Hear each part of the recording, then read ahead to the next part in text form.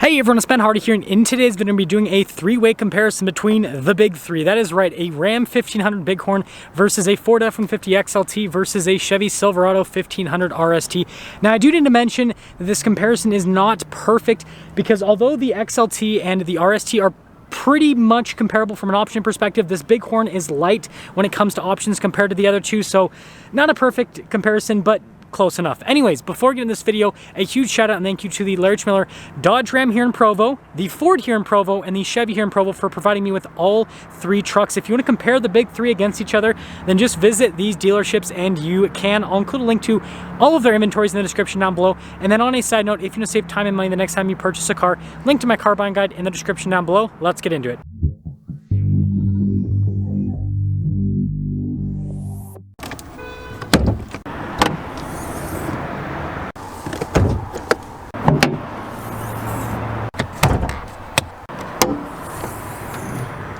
Now, when it comes to the powertrains, I'm going to talk about the powertrains that I find the most exciting in each of the trucks. So with the Silverado RST, you can get this Duramax diesel, which I find the most exciting.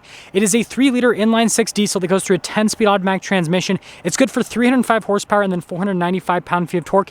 You can also get a 6.2-liter V8 with the RST as well, 420 horsepower, 460 pound-feet of torque. And so both those powertrains super strong. If you're wondering, the V8 averages somewhere in the mid to high teens with fuel economy, whereas this diesel is well over 20 miles per gallon. Now, when it comes to the Ford, the two powertrains that I personally like the most are this one, which is a 3.5-liter twin-turbo EcoBoost V6 that goes through a 10-speed automatic transmission, produces 400 horsepower and then 500 pound-feet of torque, fuel economy rating in the high teens combined. Or the 5.0 V8, which is naturally aspirated 5-liter V8 that goes through a 10-speed as well. That one's good for 400 horsepower and then 410 pound-feet of torque. Fuel economy slightly less than this powertrain. And then when it comes to the Ram, it's definitely not the 3.6-liter Pentastar V6. Although this powertrain is very reliable and fuel efficient, the 5.7 Hemi e-torque is super solid.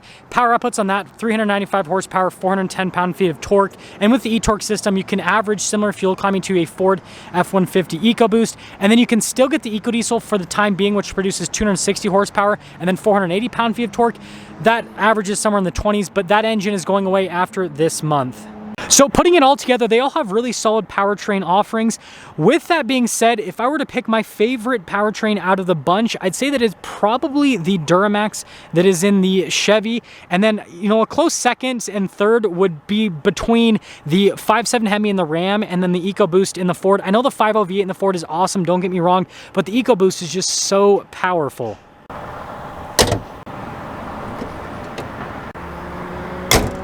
Now, before we go over the front ends, I do want to mention if you want to see more videos just like this, then I recommend you subscribe because I post content every single day. So starting with the Silverado, when it comes to styling, I think this RST package just looks so good. You've got like the blacked out Chevy bow tie on the front end. You've got the LED lights. Notice we have tow hooks, fog lights. You know, all the accent pieces are blacked out. And especially with this red paint, it just absolutely pops. And then comparing that to the XLT with the Sport package, again, this looks really cool and sporty for a pickup truck. Notice the grille is darker in coloration. Still have LED lights here with the XLT. And although I think that the Chevy kind of pops a little bit more, it might just be the color, the Ford still looks cool. And then finishing things up with the Ram, again, I love the paint color on this particular one. Now, something to note is you can get LED lights with the Bighorn package. It's an option that you have to pay extra for. And the problem with Ram's lineup is you might as well buy a Laramie after you spec out a Bighorn with LED lights, because usually the cost gets up where it's close enough to a Laramie. But regardless, you could have cool LED lights if you want. And overall, I think Ram styling is great. Now, my favorite package on the Ram Bighorn is the Night Edition. I have posted a review on that, so if you haven't seen that, go watch it so then you can see kind of what that looks like. So popping over here to the Chevy, our tire and wheel setup is 275, 60, 20 in the front and in the rear. And then you guys notice we've got these blacked out badges, pretty cool aesthetic there. Notice like the mirror cap also blacked out as well. And then we'll actually pop on the other side, don't mind my shadow, so you guys can kind of see the full side view. Now, something to note with the Silverado is it has independent front suspension and then it has leaf springs in the rear. Now with the Ford, our tire and wheel setup is 275, 65, 18 in the front and in the rear as well. So I guess a little bit more sidewall here on the tires with the Ford. I think the wheel design is pretty cool. Let me know if you guys like the blacked out wheels more on the Silverado or if you like this kind of like machine finish on the XLT. Notice we got like our little XLT badge. This one actually has the Ford trailer mirrors, and then you guys can see the fixed side steps there on the side as well. Now getting a full side view is going to be kind of harder on the F-150. Maybe if I pop over here on the Ram side. And that kind of shows you the side view. I really like the cuts with the fenders. And with the F-150, independent front suspension, solid rear axle, just like the Silverado. And also we have leaf springs like the Silverado. Now, just like the Ford, our tire wheel setup is 275, 65, 18 on the front and in the rear with the Ram. And again, like I said, this is more of like a baseline Bighorn package, so this review is far from perfect with the comparison. If you get like a Night Edition Bighorn, it'll have much cooler wheels, for example. But notice we have a little Ram badge here on the side. That's something that's like on all the 1500s. And then you got another logo down below. And then if we look at the full side view here, you can see pretty cool cuts there in the fenders. What I will say though is with like the Laramie package, you get fender flares, which definitely kind of makes the Ram truck look a little bit better. But when it comes to suspension setup, independent front suspension, solid rear axle, but this has multi-link in the rear end, so it's the truck that has the weirdest rear end suspension compared to the other two, I suppose. Now, when it comes to key fobs, on the far right side is the Silverado key fob, in the middle is the Ram, and then on the left side is the Ford key fob, and you guys can see the logos there on the back. Anyways, notice that the Ford key fob and the Silverado key fob have all the same functionality, remote start, tailgate drop down, all that. The Ram does not have tailgate drop down with this truck, but you can get it as an option. If this Bighorn was equipped similarly to the other two trucks in price, then it would have that on the key fob. Well, the lighting's absolutely awful in this shot, but anyways, I just want to quickly talk about payload and towing capacity with all of the trucks. So our payload capacity over there with the Ram is over 1,600 pounds. Same thing with the Silverado. The Ford is over 1,800 pounds with how these trucks are spec'd out, which is pretty solid. Now, when it comes to towing capacity, if you get all of the trucks with their most premium, most powerful engines with the max towing package on each individual truck, with the Ram, you're looking at over 11,000 pounds. With the Ford, you're looking at close to 13,000, and same thing with the Silverado. And then when it comes to bed features, like I said, this one's pretty bare bones, but with the Rams, you can get LED bed lights if you want as a feature. You can also get spray and bed liner from the factory as well. And something to note is the tailgate with the Ram is very light. With the Ford, the tailgate slow lowers down. Very slow lowers down. That's a weird sound. Anyways, you guys can see we've got the tailgate step here, LED lights in this one, and then you guys can see the full outlet. You can get spray and bed liner here with the Ford as well, and looks like I accidentally popped that out. But anyways, lifting this up, it is a bit heavier than the Ram. And then popping over to the Silverado, same thing. We got like the slow lower down with the tailgate. Now this one, as you can see how it's equipped, has the bed liner already, has the LED bed lights, and then has a power outlet. And something that I want to note is I've noticed that with the Silverados, more of them will have this setup than those other two trucks. Just kind of noticed that with reviewing all these trucks. But anyways, woo, just as light as the Ram. Now, when it comes to rear styling, you guys can see the taillights here. Again, you can get LED taillights in the Ram if you want. And then you can see the chrome here on the bumper, and then parking sensors, receiver hitch, and then all the rest of the elements. And again, just imagine it like all blacked out with the Night Edition. Or there's also a sport package where you can make the bumper body painted. You still get chrome logos, but that also kind of makes the truck look a little bit sportier. And then with the F-150, these are just the taillights you get with the XLT. And then you guys can see like the sport logo there. And, you know, I think the styling looks pretty cool. Finishing things up with the Silverado, look at the taillights here, definitely distinctive look. You got like the cuts there on the bumpers because it's got the bumper steps set up. And then notice the Silverado badge there, you got the RST badge as well. And then you can see the squished exhaust tips there at the bottom. And then popping inside of the Ram Bighorn. So let's quickly talk about the benefits of the Bighorn. So first off, I think they've done a good job with the door panel material use, as you can see. And then also the seats, I think they're very comfortable. When it comes to space here in the cab, very spacious, as you can see. And then notice like the cup holder action, vents, all that fun stuff. So solid cabin back here. I almost forgot to mention the Ram does have ice buckets underneath. And then look at the underneath seat storage. Comparing that with the Ford, you can see really nice looking door panel just like the Ram. And same thing here with the seats. What I will say though is the Ram seats definitely are a little bit more comfortable with the cloth trim. Side step helps out with getting in. Cabin, massive. Wow. Yeah, it's big back here. And then you guys can see cup holder stuff, all that. And then you still have under seat storage. No ice buckets though, that's just a Ram thing. And then finishing with the Silverado, you guys can see the new Silverado door panel definitely has a cool look to it.